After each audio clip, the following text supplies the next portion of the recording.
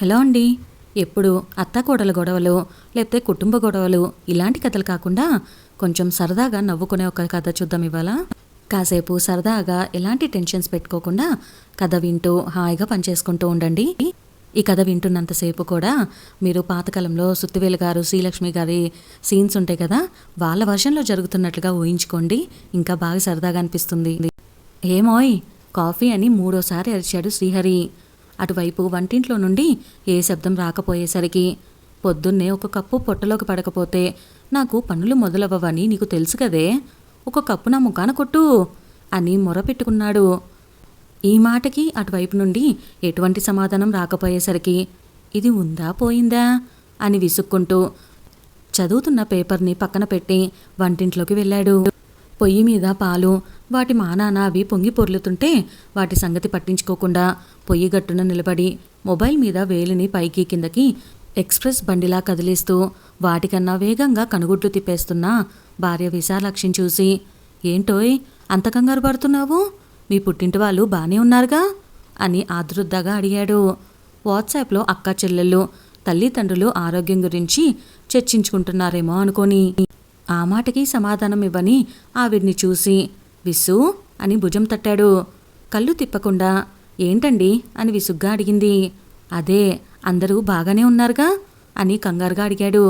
పొరపాటున శ్రీమతి పుట్టింటి వాళ్ళకి బాగోకపోతే మేడం గారి మకాం ఒక నెల రోజుల పాటు అక్కడికి షిఫ్ట్ అవుతుందనే భయంతో. బాలేరండి, అసలు ఇలా ఎలా చేస్తాడు, వాడు మేనమామేనా అని కళ్ళొత్తుకుంది. ఏంటి ఆ మాటలు, మా నాన్నను పట్టుకొని అని భార్యకు హితవు చెప్పబోయాడు. నాన్న అని తలెత్తి, ఇప్పుడు నేను మీ నాన్ననేమన్నాను అని రుసరుసలాడింది. నువ్వేగా వాడు మేనమామేనా అన్నావు, పొరపాటున మనకి రావాల్సిన వాటాలో పావు వంతు మా అన్నకి రాసిస్తాడేమో అనే కదా నీ ఏడుపంతా అని అడిగాను, విషయం నాకు తెలిసినట్టుగా.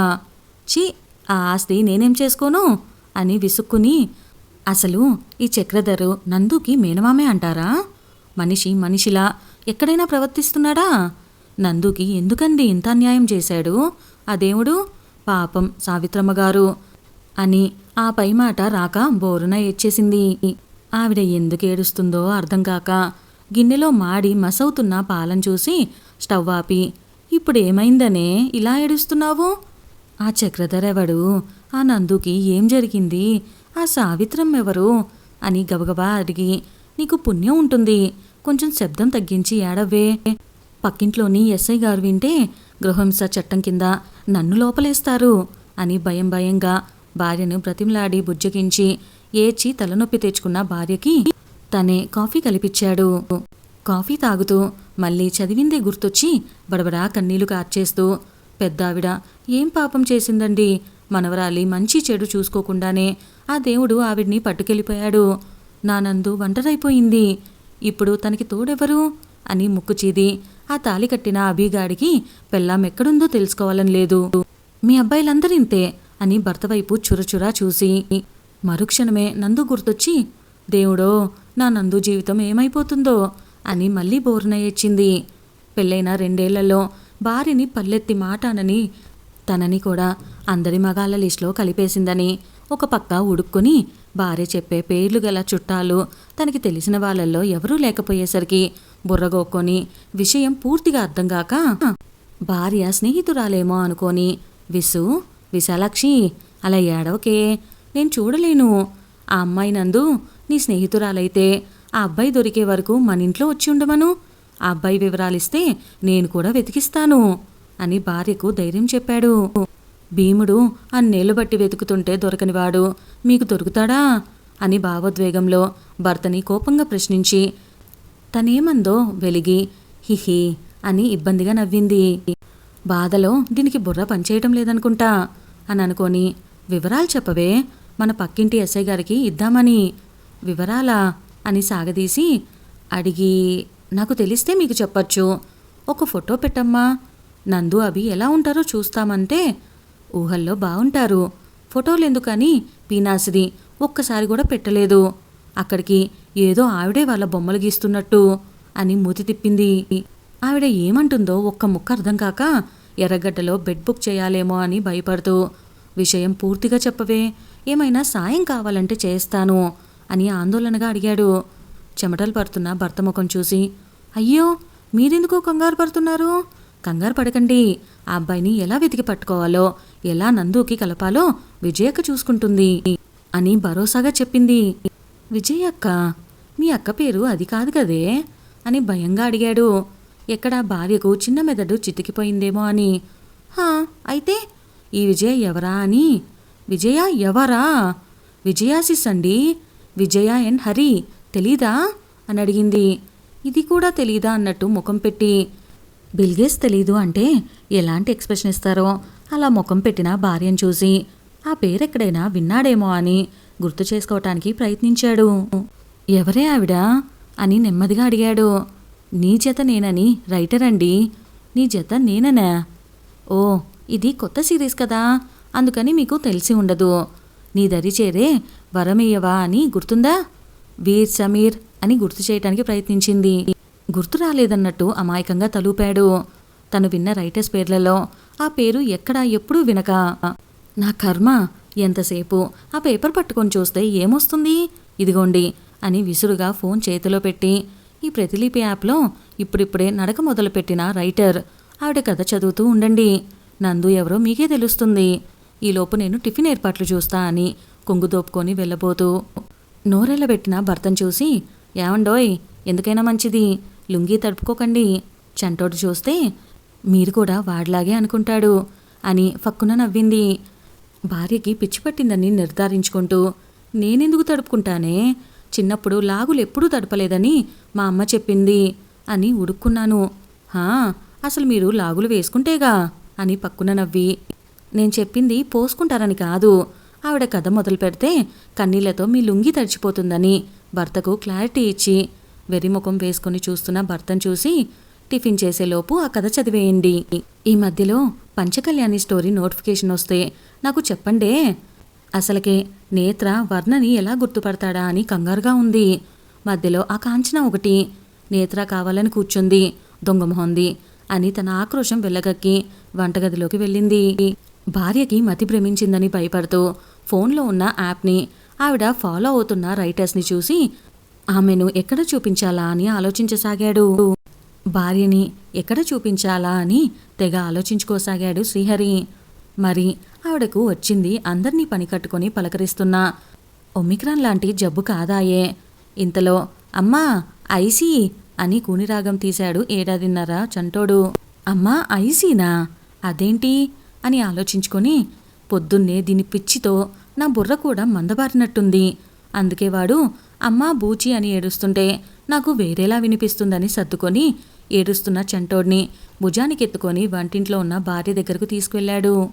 సీరియస్గా దోశలు పోస్తున్న ఆవిని చూసి, విసు, వీడేదో బూచి అని భయపడి ఏడుస్తున్నాడు, అదేంటో చూడు అని భార్యకు చెప్పాడు. బూచీనా అని కొడుకుని చేతుల్లోకి తీసుకొని, ఏమైంది నాన్నా అని అడిగింది. అమ్మా ఐసీ అని గారాలిపోయాడు. నా బంగారు కొండే, ఐసీనా, ఇదిగో అని ఫ్రిడ్జ్లో నుండి వెనీలా ఐస్ క్రీమ్ కప్పు తీసి ప్రేమగా తినిపించసాగింది. అదేదో వెన్నముద్దలా కొసరి కొసరి తినిపిస్తున్న భార్యని నోరంతా పూసుకుంటూ ఆత్రంగా లొట్టలేసుకుంటున్న చంటోడ్ని చూసి, విసు, పిల్లాడికి ఆకలేస్తే పాలో ఇడ్లీనో పెట్టకుండా పొద్దున్నే ఎవరైనా ఐస్ క్రీమ్ తినిపిస్తారా అని చిరుకోపం ప్రదర్శించాడు. చిరుబురులాడుతున్న భర్తను చూసి, చాలే ఊరుకోండి, మా అద్వి స్వీటీ ఇవే తిని కదా వయసుకు మించిన తెలివితేటలు చూపిస్తున్నారు, ఎవరిని పడితే వాళ్ళను చితక్కొట్టేస్తున్నారు అని గొప్పగా చెప్పింది. నీ అద్వి స్వీటీనా, వీళ్ళెవరి మధ్యలో అని ఆరాగా అడిగాడు. నీ జత నేనని కథలో నందు చిన్ని ఉన్నారు కానీ ఈ క్యారెక్టర్లు లేవు కదా అని ఆలోచిస్తూ, ఏం చెప్పమంటారు ఆ గాథ, అదో ప్రేమగాథ, మా అభి చెల్లి రాసే అందమైన కుటుంబ గాథ. అభి చెల్ల, ఆవిడెవరు అని అడగబోయి, ఆవిడ ఇప్పుడే లిపిలో నడక నేర్చుకుంటున్న రైటరా అని అనుమానంగా అడిగాడు. నడక నేర్చుకుంటున్నా కాదు, పరిగెడుతున్న రైటరు, అభినందన. అసలు మా అభి చెల్లి ఎంత బాగా రాస్తుందో తెలుసా, నవ్వించి నవ్వించి పొట్ట నొప్పి తెప్పిస్తుంది అని ఆవిడ భజన మొదలుపెట్టింది. లాభం లేదు, ఇంకా ఆలస్యం చేయకుండా ఈరోజే దీన్ని చూపించాలి అని నిర్ణయం తీసుకొని తనకు ఏ సమస్య వచ్చినా ఆయన అనుభవంతో మంచి సలహాలిచ్చే తన మేనేజర్ రిషి గారిని కలిసి మాట్లాడాలని నిశ్చయించుకొని వెంటనే ఆయన ఫోన్ నెంబర్కి కాల్ కలిపాడు. హలో అని పలికిన ఆడగొంతు విని, మేడం రిషి గారున్నారా అని అడిగాడు. రిషి? ఆ ఇడియట్ పేరు నా దగ్గర ఎత్తద్దు అని సీరియస్గా చెప్పింది. ఇడియటా? ఆయన వయసు 50 పైనే ఉంటుంది. ఆయన్ని పట్టుకొని ఇలా అంటున్నదెవరో అని కోపం తెచ్చుకొని, మీరెవరండి అని అడిగాడు. నా పేరు మధు, వైఫ్ ఆఫ్ పరుచూరి కిరణ్ కుమార్ అని రాజసంగా చెప్పింది. మధు? కిరణ్ కుమార్? వీళ్ళెవరు అని అనుకుంటూ ఫోన్లో డైల్ చేసిన నెంబర్ చూసుకొని అది వాళ్ళ మేనేజర్ నెంబర్నని నిర్ధారణ చేసుకొని, మేడం ఇది జెంటెక్ సొల్యూషన్స్లో పనిచేసే మేనేజర్ గారి నెంబరేనా అండి అని అడిగాడు. అవును, మా కిరణ్ చేసేది అక్కడే. ఆయన పేరు రిషికుమార్ కదండి. నా కిరణ్ని పట్టుకొని ఐడియట్ పేరుతో పిలుస్తాను అంటావా అని కారాలు మిరియాలు నూరుతూ నోటికి వచ్చిన తిట్లు తిట్టడం ప్రారంభించింది. అప్పుడే స్నానం చేసొచ్చి భార్య అంతలా ఊగిపోతూ ఎవరిని తిడుతుందో అర్థం కాక, మధు మధు కూల్ డౌన్ అని భార్యని ఊరుకోపెట్టి ఏమైంది అని అడిగాడు. ఎవరో ఫోన్ చేసి రిషి కావాలి అని అడుగుతున్నారు. కావాలని ఆ ఐడియట్ని నాకు గుర్తు చేస్తున్నారు అని చెప్పింది. రిషిని గుర్తు చేయడం ఏంటి? నీ బొంద, నా అసలు పేరు అదే అయితేను అని లోపల తిట్టుకొని మనసులో ఏడ్చాడు. ఆయన చూపుల భావం వేరేగా అర్థమయ్యి, కిరణ్ ఏంటి అలా చూస్తున్నావు అని సిగ్గుపడుతూ ఆయన గుండెల మీద వేలితో ముగ్గులయ్యసాగింది మధు. పెళ్ళైన కొత్తలో దగ్గరకు వెళ్తే రాత్రిపూట అందరూ ముసుగేసే వరకు చిటికిన వేలును తాకినా ఊరుకొనేది లేదని చీపురు తిరిగేసి మరీ వార్నింగ్ ఇచ్చింది. ఆ కథల పుణ్యమా అని కనీసం ఈ వయసుకొచ్చాకైనా దీనికి రొమాంటిక్గా ఎలా ఉండాలో అర్థమైంది అని లోపల మురిసిపోతూ భార్యను ప్రేమగా హత్తుకున్నాడు. భర్త కౌకిలిలో ఒదిగిపోయి కొత్త పెళ్లి కూతుర్లా సిగ్గుపడుతున్న మధు అతడి వయసును తెలియచేయటానికన్నట్లు ఛాతీ మీద అగుపించిన తెల్లని వెంట్రుకని కోపంగా చూసి గట్టిగా ఒక పీకు పీకింది. అమ్మో చంపేశావు కదే అని భార్యను దూరంగా నెట్టి నొప్పి పుట్టిన దగ్గర సవర తీసుకున్నాడు. కిరణ్, నేను ఏది చేసినా మీ గ్లామర్ మెయింటైన్ చేయటం కోసమేనని మీకు తెలుసుగా అని ముద్దుగా చెప్పింది. నా వయసేమైనా చిన్నదేంటే గ్లామర్ మెయింటైన్ చేయటానికి అని పైకి నవ్వుతూ లోలోన పళ్ళు నూరుతూ చెప్పాడు. చాలే ఊరుకో, ఈ మాట కానీ మా సిస్టర్స్ విన్నారంటే కామెంట్స్లో నిన్ను ఉతికి ఆరేస్తారు అని చిరుకోపం ప్రదర్శించింది. భార్యని రెచ్చగొట్టి నోటికి అందే పచ్చి కూర ముక్కల్ని మిస్ చేసుకోలేక, సరే సరే నాకు బాగా ఆకలిగా ఉంది, కొంచెం నా సాపాటు ఏర్పాట్లు చూడు అని చెప్పాడు. అలాగే అని కదలబోతున్న మధుని చూసి, చిన్ను క్రిషు రోజూ గోల పెడుతున్నారే, అమ్మ పెట్టే గడ్డి తినలేకపోతున్నామని, అందుకే ఈ రోజుకి ఏ గారో పూరినో అని బ్రతిమలాడాడు. ఎంగా కనపడాలని రోజూ ఆకుకూరలు కూరగాయ ముక్కలు తప్ప ఇంకేమీ పెట్టడం లేదని లోపల ఏడ్చుకుంటూ, అమ్మ దొంగ పిల్లల పేర్లు చెప్పి నువ్వు కూడా తిందామనేగా, అదేం కుదరదు, నీకోసం ఈరోజు గ్రీన్ గ్రాస్ జ్యూస్ తెస్తున్నాను, వచ్చి తాగు అని చెప్పి ఎడమ చేతి మీద జీర్లాడుతున్న చీర కొంగును వయ్యారంగా పైకేసుకొని వంటింట్లోకి వెళ్ళింది. గ్రీన్ గ్రాస్ జ్యూసా అని వాంతొచ్చినట్లు ముఖం పెట్టి తనకది తప్పదని తెలిసి ఫోన్ చేసింది ఎవరా అని చూసి శ్రీహరికి కాల్ కలిపాడు. మధుగారి తిట్లకి బుర్ర మీదున్న జుట్టు ఊడొచ్చినంత పనయ్యి తల మీద ఐస్ ప్యాక్ పెట్టుకుంటున్న శ్రీ రిషి సార్ కాల్ చేయడం చూసి భయంగా లిఫ్ట్ చేశాడు. ఏంటో శ్రీ, ఎలా ఉన్నావు? చాలా రోజులకి గుర్తొచ్చాను నేను నీకు అని పలకరించాడు రిషి. సార్, ఇది మీ నెంబరే కదా అని అనుమానంగా అడిగాడు. అది ఇందాక ఎవరో మేడం తీశారు అని విషయం చెప్పాడు. మా ఆవిడేలే, ముద్దుగా నన్ను కిరణ్ అని పిలుస్తుంది కానీ విషయం ఏమిటో చెప్పు అని అడిగాడు. భార్యకున్న పిచ్చి అతడికి చెప్పుకోలేక ఆయన విషయం అనగానే తన సమస్య గుర్తొచ్చి, సార్ మా ఆవిడ కొంచెం తేడాగా మాట్లాడుతుంది అని చెప్పాడు. తేడాగానా అంటే?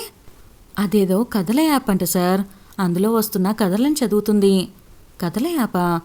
ఆహా, నాకు తోడు దొరికాడు అని ఆనందంతో గెంతాడు. సార్ ఉన్నారా అని అడిగాడు శ్రీహరి. అటువైపు నుండి ఏ శబ్దం రాకపోవటంతో, శ్రీ ఉన్నా, కథలు చదవటం మంచిదే కదయ్యా, జ్ఞానం పెరుగుతుంది, ఆలోచన పరిధి విస్తరిస్తుంది అని నర్మగర్భంగా మాట్లాడాడు.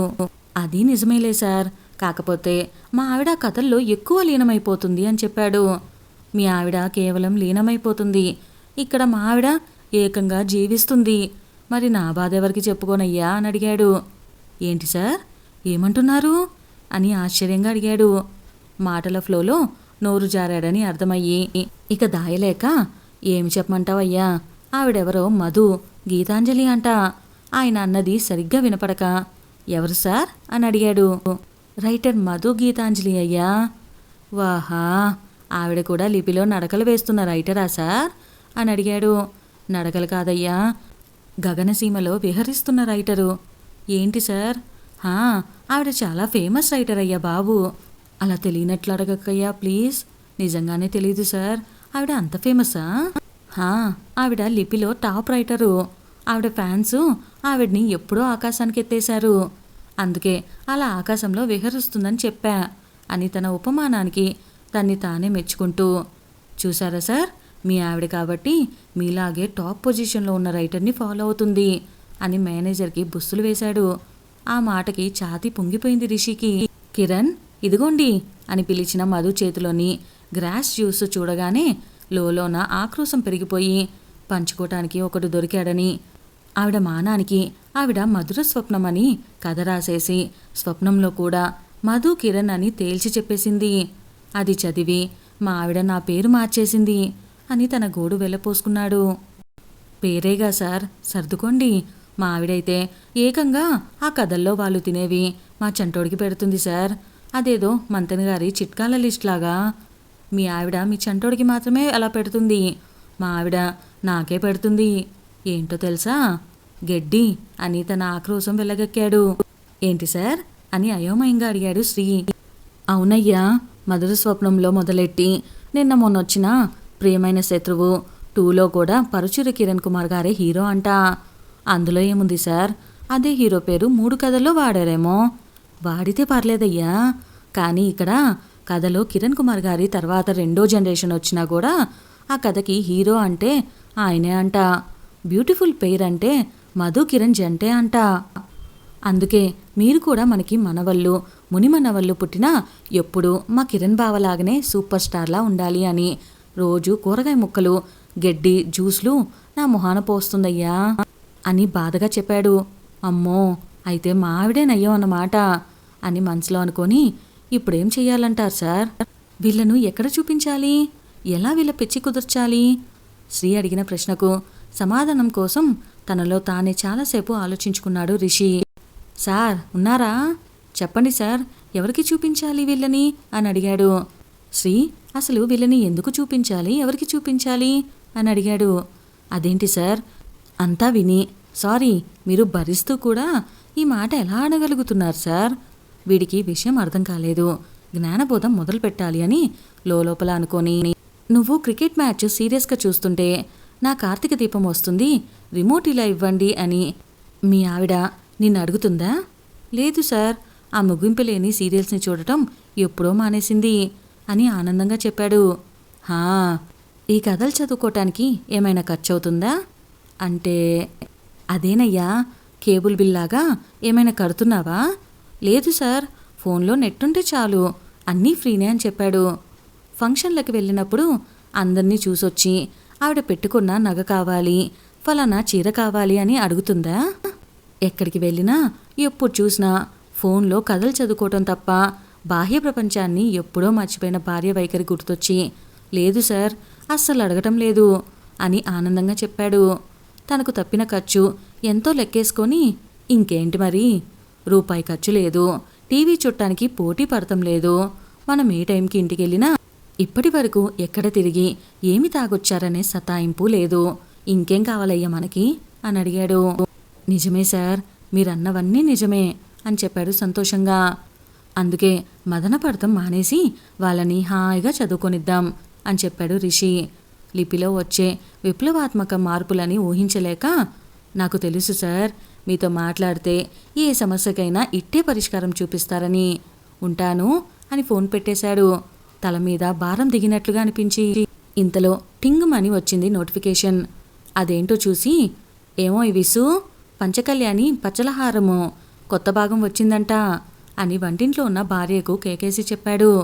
వచ్చిందా అని ఉబలాటంగా చంటోడిని తెచ్చి శ్రీహరికి అందించి ఫోన్ చేతుల్లోకి తీసుకుంది. జిడ్డుగా ఉన్న వాడి మూతి చూసి, ఏమోయ్ కొంచెం వీడి మూతి కడుగు అని చెప్పాడు. ఆ పనేదో మీరు చేద్దురు అని కథ చదవటంలో లీనమైంది. నేను చెయ్యాలా అని కోపం తెచ్చుకోపోతూ ఆవిడ చదవటం వల్ల తనకొచ్చిన లాభం గుర్తొచ్చి మారు మాట్లాడకుండా చంటోడిని ఎత్తుకొని సింకు దగ్గరికి తీసుకువెళ్ళాడు.